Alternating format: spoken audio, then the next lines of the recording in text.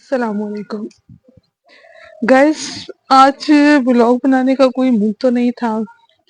چھٹی کا دن تھا.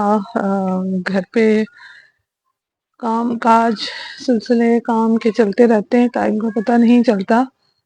لیکن 2-3 دن سے جو ایک سرگودا کا واقعہ ایک بچی کا چل رہا ہے, اس کی وجہ سے مجھے رات کو نیند نہیں آئی اور میں بہت پریشان رہی اور بار بار میری آنکھ کھل رہی تھی.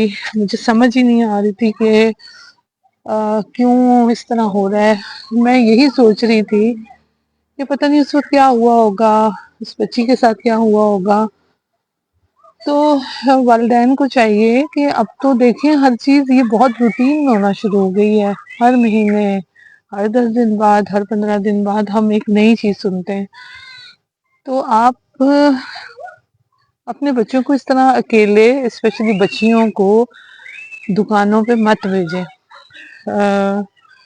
کوشش کریں کہ آپ ان کے ساتھ خود جائیں, کیونکہ گھر میں دیکھیں کوئی نہ کوئی تو ہوتا ہی ہے. والدہ ہوتی ہیں, والد ہوتے ہیں, بڑے بہن بھائی ہوتے ہیں, نانی ہوتی ہے, دادی ہوتی ہے. تو آپ ان کو اکیلے مت بھیجیں.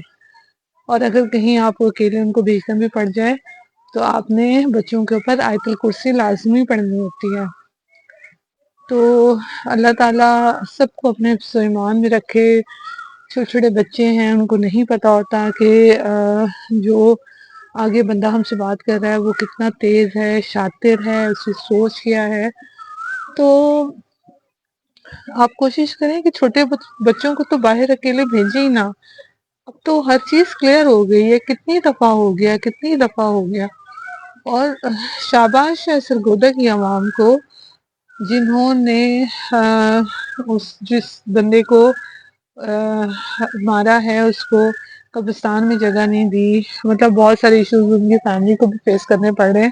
اب دیکھیں حرکت تو ایک بندے نے کی نا, تو اب وہ ساری چیزیں جو ہے نا وہ ان کی فیملی کو فیس کرنی پڑ رہی ہیں. جو بچی ہے اس کی فیملی کو فیس کرنی پڑ رہی ہے. بچی تو اس دنیا سے چلی گئی, فرشتہ تھی, اللہ تعالیٰ نے بس جو اس کا ٹائم تھا اس کو بلا لیا. لیکن یہ کوئی طریقہ نہیں ہے. آپ اپنے بچوں کو روز جانا, ڈیلی آپ لوگ ان کو گائیڈ لائن دیں, ڈیلی بتائیں کہ بیٹا آپ نے ادھر جانا ہے, اس سے کیا بات کرنی ہے, اس سے کیا بات کرنی ہے. تو یہ نا ایک روٹین بنائے, کیونکہ بچے تو روز اسکول جاتے ہیں نا, روز ٹیوشن بھی جاتے ہیں, روز مدرسے بھی جاتے ہیں. تو ڈیلی بیسس پہ ان کو یہ چیزیں آپ نے بتانی ہیں. تو میں امید کرتی ہوں کہ والدین, بہن بھائی, بڑے سب میری اس چیز کو سمجھنے کی کوشش کریں گے. ایک تو آیت الکرسی لازمی پڑھیں کہیں بھی جائیں. بے شک آپ کے بچے کو پڑوس میں بھیج دیں, گلی میں کھیل رہا ہے وہ, لیکن آپ نے آیت الکرسی لازمی پڑھنی ہے اس کے اوپر, لازمی لازمی پڑھنی ہے. تو یہی تھی آج کا بلاگ بنانے کا مقصد ہی یہی تھا. تو یہ چیزیں ہوتی ہیں چھوٹی چھوٹی سی جو آج کل ہم بالکل بھول چکے ہیں کہ ہم نے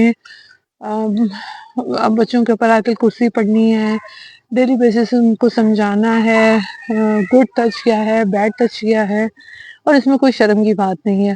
آپ اپنے بچوں کو یہ بتائیں, سکھائیں, اور ان کو اکیلے باہر مت بھیجیں.